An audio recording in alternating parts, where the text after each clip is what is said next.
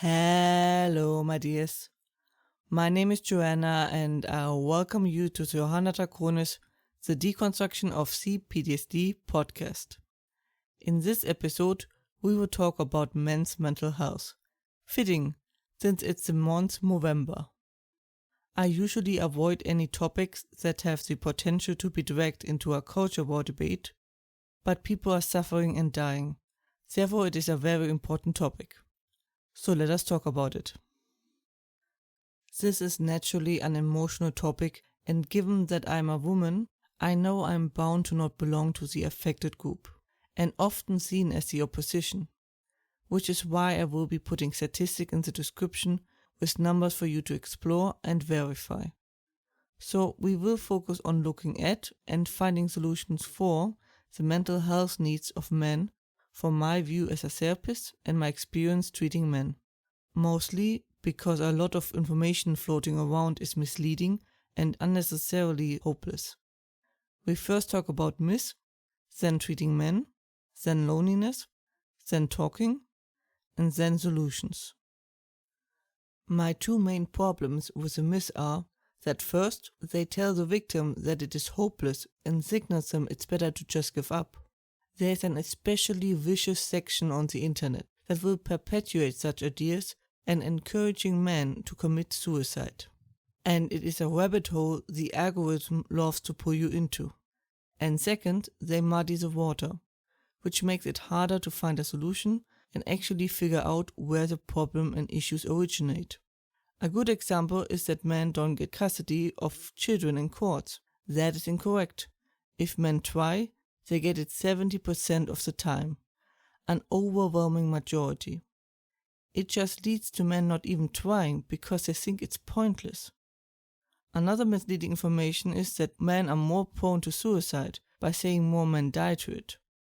Because actually, significant more women try, but more men succeed.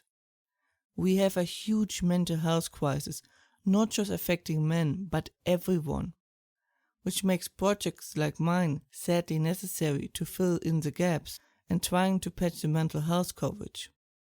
But there are definitely unique issues arising, especially for men, and that is what we will find a solution for. As I feel like there is some digging in the wrong direction and some really good digging. In my experience, treating men can be challenging for two main reasons. First, getting them to agree to treatment, and second is overcoming the stubborn block mode while treatment, which can be extremely frustrating, especially if they need help ASAP. I sometimes felt I need to apply Guantanamo Bay practices to get any word out of them. There was also the thing that, especially because I was a woman, that they were especially hesitant to admit any weakness or shame, even though there was zero intention of a relationship. Other than that, I noticed that most men don't know how to articulate their emotions or what is going on in their head. Besides that, there was no difference between women and men, in my experience. There is some talk about how men are unsuited for conversation therapy, but in my experience, they do just fine, once they feel like they're understood and able to express themselves this way. Often, they try to rationalize their emotions away, which naturally wasn't successful, but offered at least some clarity. But help for the deeper issues was only possible due to a strong relationship and deep trust. One of the main contributors to the mental health crisis with men is loneliness. The lack of talking definitely contributes, as this leads to more superficial friendships. While 70% would talk about hair loss, sport, politics, weight, but only 9% about erectile dysfunction. In other words, topics outside are fine to talk about, but anything coming close or hitting close to home will be avoided. A deep friendship also means being able to talk about anything, especially the deep personal stuff. It also opens yourself up to weakness. Trust means giving someone the opportunity to hurt you, but hoping he won't. We can't become close without allowing vulnerability.